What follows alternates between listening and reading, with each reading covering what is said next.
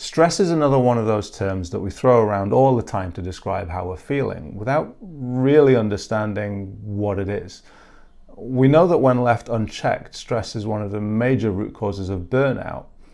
But if we can be a bit more aware of what stress really is, and crucially, how to notice it creeping up on us, then perhaps we can take steps to stop it from spiraling out of control.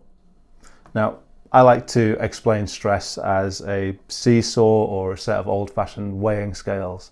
On one side, we have all of the demands that we might face on a day-to-day basis. So some might be job-related, others might be more personal. There could be big things like moving house, or small things like rush hour traffic or losing our keys.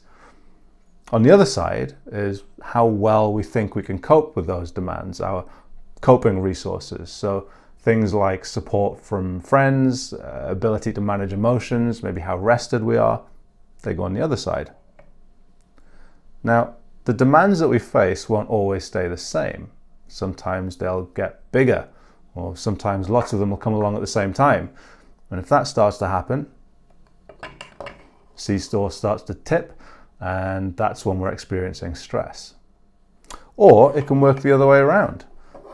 If we're not experiencing enough demands but still have coping resources in place, then that can be stressful as well, and that's called boredom.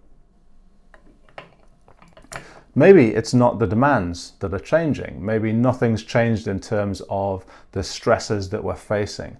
Maybe it's our ability to cope that starts to shrink. Maybe we're fatigued or we don't have enough help. Whatever the reason, if our coping resources shrink, the scale tips and we're experiencing stress again. Now, we can respond to stress in a number of different ways, and I'll talk about that in another video, but stress isn't necessarily a bad thing. It can be a powerful motivator, spurring us into action. But chronic stress, when the scale's never balanced, that can be a problem.